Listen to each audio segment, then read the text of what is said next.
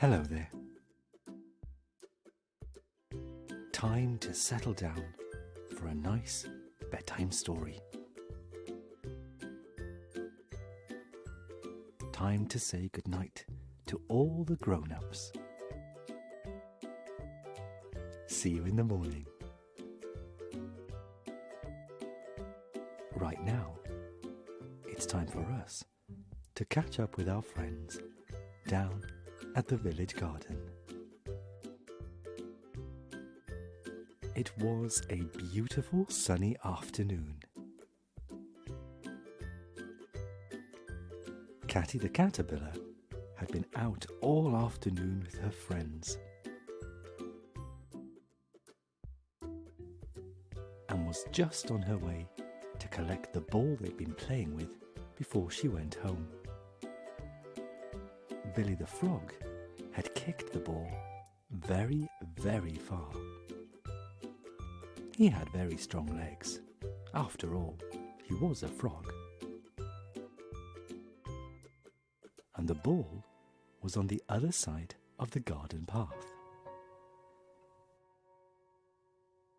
At the very moment Catty was walking towards the garden path, she met P.C. Peter, the dragonfly, who was on his way home from work. "Hello, Catty," said P.C. Peter. "Where are you off to?" "I'm just going to get my ball," said Catty, "on the other side of the path." P.C. Peter offered to help Catty to cross the path safely to get the ball. "Thank you," said Catty. "That would be lovely." "It's my pleasure," said P.C. Peter. "Now don't forget to look both ways," said P.C. Peter. "And to check again before we cross the path." P.C. Peter and Catty crossed the path safely to the other side so that Catty could collect the ball. But just as P.C. Peter was leaving, he stumbled and tripped on an acorn that had fallen from the tree. "Oh no," said Catty. "Are you okay?" "Oh, ouch, ouch, oh, ouch, no, oh, no, oh, ouch, I think I've hurt myself," said P.C. Peter. "I think I've hurt my leg, oh, ouch." "Oh no, I think you need to get to hospital," said Catty. No, I'll be fine, It's just a bump, don't worry about me, don't worry." "But you can't walk," said Catty. The truth was, P.C. Peter was scared of hospitals, and he tried to avoid them at all costs. "What about if I come with you?" said Catty. "Well, would you do that?" "Of course I would." Before long, an ambulance came, and off the two of them went to hospital. At the hospital, they were both met by Dr. Lily, who was waiting for them.